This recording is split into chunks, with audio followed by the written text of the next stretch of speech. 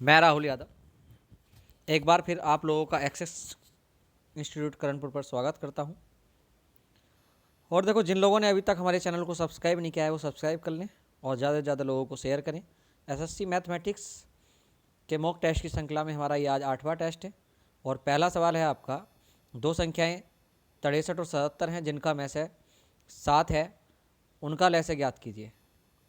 तो भैया देखो, 7 इनका में से है, आप इनके शेष फैक्टर निकाल लें। देखो 7 से भाग करेंगे, इसे फैक्टर करेंगे 7 से 9 बार और 7 से 11 बार, कॉमन है नहीं, गुणा कर लो। 11 नीम 99, 99 ना होकर 100 था, 700 जाता है, एक कम है 7 कम हो जाएगा, 693 आपका आंसर हो जाता है।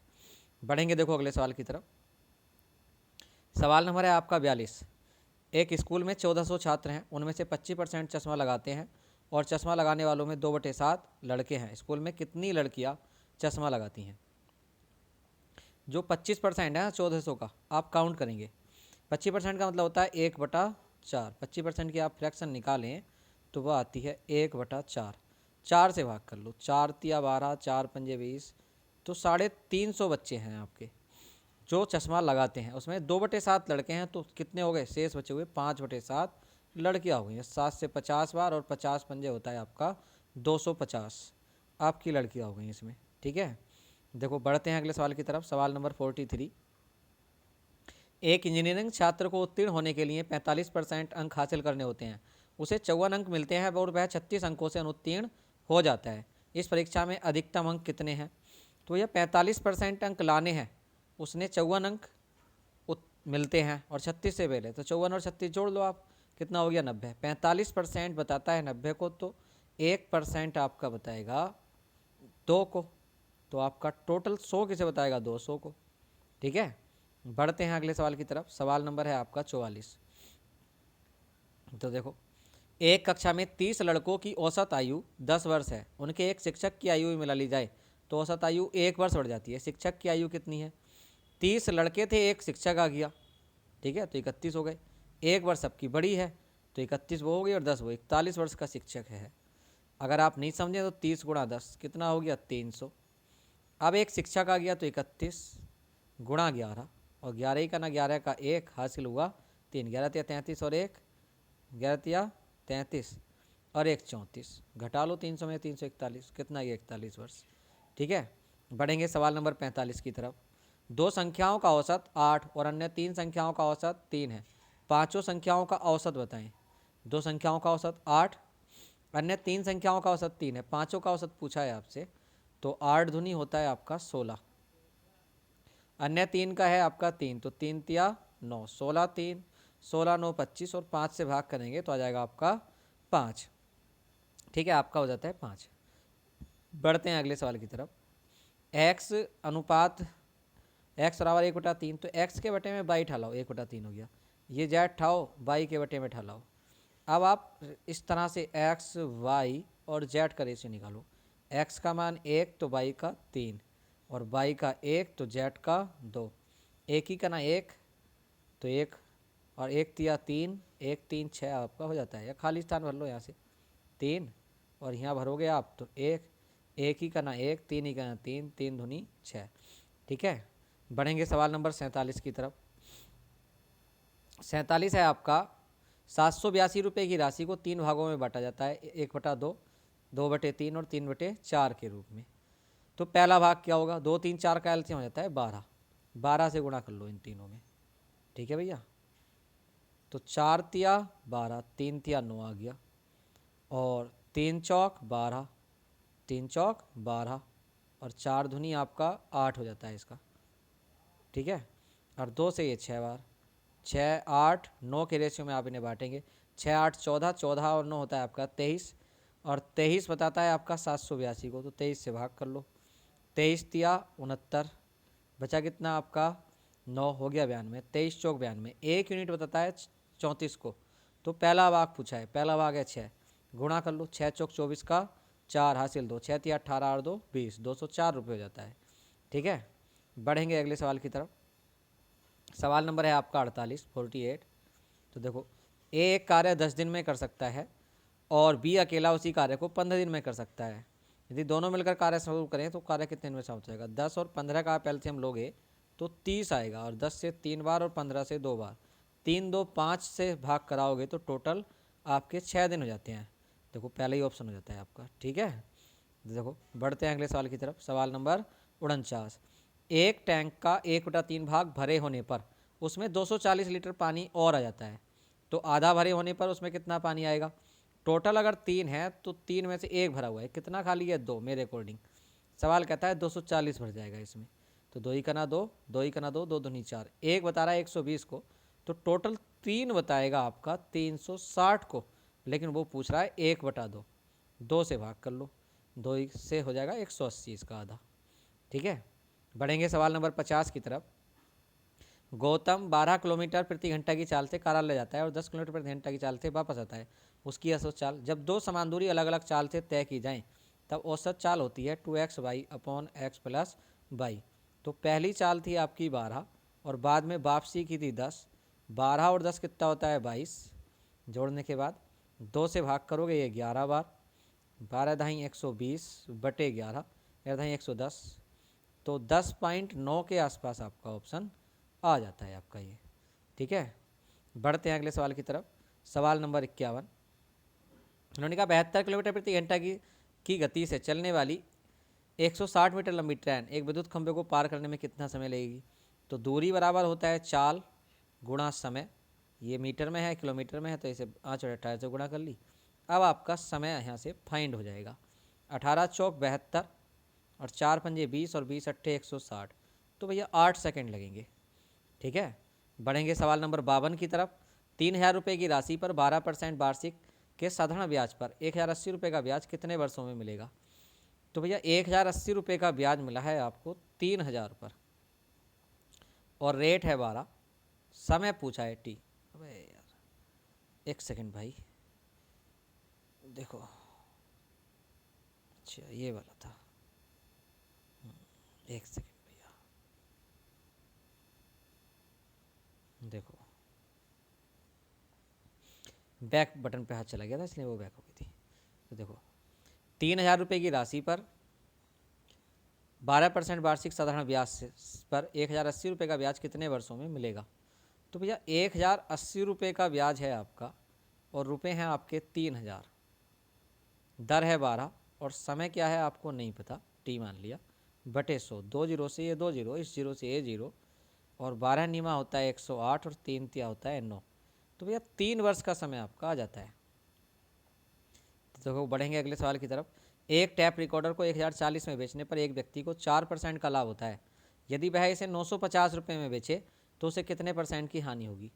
1040 में बेचता है तो 4% का लाभ, मतलब 4% का लाभ ये है। 100 वाली वस्तु 104 में बेच रहा है, 104 बता रहा है 1040 को, तो भैया 1 यूनिट बताएगा 10 को, और जो 100 मान के चले हैं वो बताएगा 1000 को।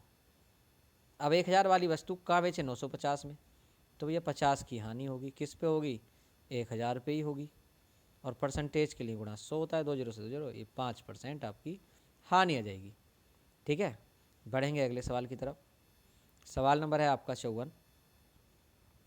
तो देखो यदि 25 पेनों का लागत मूल्य 20 पेनों के बिक्री मूल्य के बराबर है तो कितने परसेंट का लाभ होगा? 25 का लागत मतलब क्रय मूल्य, क्रय बराबर 20 का विक्रय, 20 का विक्रय, तो 5 चौक 20, 5 पंजे 25, तो आप लिखेंगे क्रय बटे विक्रय बराबर 4/5। 4 वाली वस्तु 5 में बेच रहे हो, एक का लाभ हो रहा है 4 पे, गुणा 100 परसेंटेज के लिए, तो क्या होता है? 25%। ठीक है, बढ़ेंगे अगले सवाल की तरफ। एक कमीज बेचने पर एक दुकानदार को 7% की छूट देता है। एक कमीज बेचने पर दुकानदार 7% की छूट देता है। यदि वह 9% की छूट देता तो उसे 15 रुपये कम लाभ होता। 7 से 9 पे आ जाता है, 2% कम करता है तो 15 का नुकसान है, तो 1% पे 7.5, तो उसकी अंकित कीमत क्या रही होगी? बाजार कीमत 750। ठीक है भैया, बढ़ेंगे सवाल नंबर 56 की तरफ। यदि क्रमागत 20%, 10% और 5% की छूट के एकल समतुल्य बट्टा क्या होगा? तो देखो इसका सीधा इस तरीका होता है 100 माइनस 100 गुणा पहला बट्टा, 100 माइनस पहला बट्टा 80/100, दूसरा 100 माइनस 10 घटाओगे 90/100 गुणा 100 माइनस 5 यानी कि 95/100। आप इसे कैलकुलेट करेंगे, 2 जीरो से ये 2 जीरो, 2 जीरो से ये वाले 2 जीरो, और 5 से ये 19 बार, 5 से आपका ये 20 बार, अब 4 से ये 5 बार, 4 से ये 2 बार। अब देखो 2 नीम 19 निमा होता है आपका 171, 171 धुनी हो जाएगा, 70 धुनी 34 और 1 धुनी 2, 342। 342 को 5 से भाग कर लो, 5 छंग 30 बचा 4, 5 अट्ठे 40 बचा 2, 5 चौक 20, 68.4 100 में से घटाओ, अगर 68 घटाया होता तो 32 आ जाता, 0.4 हो गुम कर लो 32 में से, 31.6% आ जाता है। ठीक है। अगर दूसरे तरीके से करने चाहें तो आप 20 और 10 का देख लो पहले, 20 10 माइनस 20 गुणा 10/100, 2 जीरो से 2 जीरो, 20 और 10 30, 30 में 2 घटाओ तो ये आपकी 28 आ जाती है। 28 और 5 का लगाओ आप, 28 प्लस 5 माइनस 28 गुणा 5/100। ठीक है। अब 5 से काटोगे 20 बार, 2 से 10 बार और 2 से ये 14 बार, यानी कि ये जीरो हटाओगे 1.4, 28 5 33, 33 में से 1.4 घटाओ 33 में से अगर 1 घटाएंगे 32 और 0.4 कम करेंगे 31.6 आ जाता है आपका। तो देखो 57, किसी राशि पर 5% प्रति वर्ष पर 2 वर्ष के चक्रवृद्धि ब्याज और साधारण ब्याज के बीच का अंतर 41 रुपये, राशि कितनी होगी? तो इसकी शॉर्ट ट्रिक होती है D/P बराबर R/100 का स्क्वायर, 2 वर्ष वालों के लिए। तो डिफरेंस है आपका 41 रुपये, और राशि पूछा है तो P हो गई, और समय कितना है 2 वर्ष, और रेट है 5, तो 5 का होता है 25/100 गुणा 100, तो 25 चौका 100। ठीक है। और 41 चौका 164, 164 के आगे 2 जीरो, तो 16,400 रुपये। ठीक है। सवाल नंबर 58 की तरफ बढ़ेंगे। एक अर्धवृत्ताकार पथ की परिधि 36 मीटर है, तो उस अर्धवृत्ताकार पथ का क्षेत्रफल क्या होगा? अर्धवृत्त की परिधि मैंने फॉर्मूला बताया होगा आपको, 36/7 इंटू आर ये होता है, बराबर 36 दे दिया इसने, 36 से 36 आर बराबर 7 आ जाता है। अब 7 आपकी त्रिज्या है तो वृत्त का क्षेत्रफल होता है πr², और यह है अर्धवृत्त तो आधा कर लेंगे, तो पाई की वैल्यू 22/7 गुणा 7 गुणा 7/2, 7 से 7, 2 से 11 और 11 सत्ते 77 वर्ग सेमी आपका आंसर हो जाता है। ठीक है। या फिर आप सोचेंगे इस फार्मूला कहाँ से हमने नहीं पढ़ा, तो वृत्त की परिधि होती है 2πr, ये होता है वृत्त, वो ये होता है पूरा वृत्त, ये परिधि 2πr है तो इसका आधा है ये, तो πr यहाँ से लेके यहाँ तक की होगी चाप की लंबाई। अब ये व्यास है 2r, तो इसमें 2r और ऐड कर लो, इस तरह से व्यास होता है, तो आपका r हो जाता है कॉमन, और यहाँ से बचता है 2π प्लस 2, ये तो बचता है, तो आप इसे गुणा करेंगे, तो 2π तो हमने बाहर ही छोड़ देना इसका, πr है ये, तो पाई प्लस 2 बचता है, पाई की वैल्यू 22/7, और 7 दूनी 14 और 22 आपका फाइनली ये जो सूत्र आता है सीधा, तो 36/7 आर, ये वृत्त की परिधि का सूत्र होता है, अर्धवृत्त की परिधि का। देखो सवाल नंबर 59, एक लंबवृत्तीय शंकु के आधार की त्रिज्या 6 सेमी है, उसकी तिर्यक लंबाई 10 है, तो उसका आयतन कितना होगा? तो 10 विकर्ण बनाने वाली भुजा 6 और 8 होती हैं, तो ऊंचाई 8 हो गई हमारे पास, देखते हुए चल गया। नहीं पता चल गया हो तो आप शंकु जानती हैं ऐसा होता है, ये शंकु हो गया, ये इसकी हाइट, ये इसकी 10 दे रखी है, और ये 6 है, तो ये वाली भुजा 90 888 बनाने वाली भुजा मैंने लिखाई भी होंगी और आप लोग जानते भी होंगे, तो इसकी 8 आ जाती है। अब इसका आयतन निकालना है आपको, तो यह शंकु का आयतन होता है 1/3, पाई की वैल्यू 22/7, और आपका आर की वैल्यू है 6 गुणा 6, और एच की वैल्यू है आपकी 8। ठीक है। तो अब देखो काटो, 3 दूनी 6, तो देखो पॉइंटों में आंसर आपका आ रहा होगा 8 दूनी 16, 16 दूनी 32 का 2 हासिल 3, 16 दूनी 32 3 35, और 6 से गुणा कर लो, 6 दूनी 12 का 2 हासिल 1, 6 पंजे 30 और 1 31 का 1 हासिल 3, 6 तिया 18, 6 तिया 18, वो नहीं कितना था ये, 1 मिनट रुको, 8 दूनी 16, 16 दूनी 32 का 2 हासिल 3, और 32 3 35, अच्छा हाँ, तो आपका 6 दूनी 12 का 2 हासिल 1, 6 पंजे 30 और 31 का 1 हासिल 3, 6 तिया 18 3 21, और बटे 7, तो आपका आएगा 7 तिया 21, 7 तिया 21, बचा कुछ नहीं, 1 उतारा भाग नहीं जाती, 0 लगाया 12 हो गया, 7 ही का ना 7, 301 वाले आपके 2 ऑप्शन है। चलो आगे बढ़ाएं अभी। बचा कितना 5, 7 301.7 वाला एक ही है, पहला ऑप्शन आंसर हो जाता है। तो देखो सवाल नंबर 60 की तरफ बढ़ेंगे। सवाल नंबर 60 है आपका, किसी बेलनाकार वस्तु के वक्र पृष्ठ का क्षेत्रफल 528 वर्ग सेमी है, यदि इसके आधार की परिधि 44 तो उस वस्तु की ऊंचाई बताइए। तो देखो भैया, इसका जो है ना बेलनाकार का जो परिधि होती है, आधार की परिधि, वो 2πr होती है, क्योंकि उसका जो परिधि होती है वो वृत्ताकार होती है। इसने बताया 44 है, इस पाई की जगह मान रख लो 22/7, तो 22 दूनी 44 से ये आपका 44 कट जाता है, तो r बराबर आ जाता है आपका 7। r बराबर 7 है कि ये मान इसमें रख लो, वक्र पृष्ठ के क्षेत्रफल में 2πrh होता है, पाई की वैल्यू 22/7, r की 7 है, h निकालनी है आपको, बराबर 528। अब काटो देखो 7 से 7, 22 दूनी 44, बचे कितने आपके 8, 22 चौक 88 और 2 से ये 12 बार, तो आपका बी ऑप्शन हो जाता है। ठीक है, तो धन्यवाद, आज के लिए इतना ही बहुत है, मिलते हैं अगली क्लास में। और देखो अगर वीडियो पसंद आए तो आप इसे ज़्यादा से ज़्यादा शेयर करें, अपने दोस्तों को बताएं और चैनल को सब्सक्राइब करें और लाइक भी करें वीडियो को। आप लोग लाइक नहीं करते हैं, ठीक है, लाइक किया करें ज़रूर।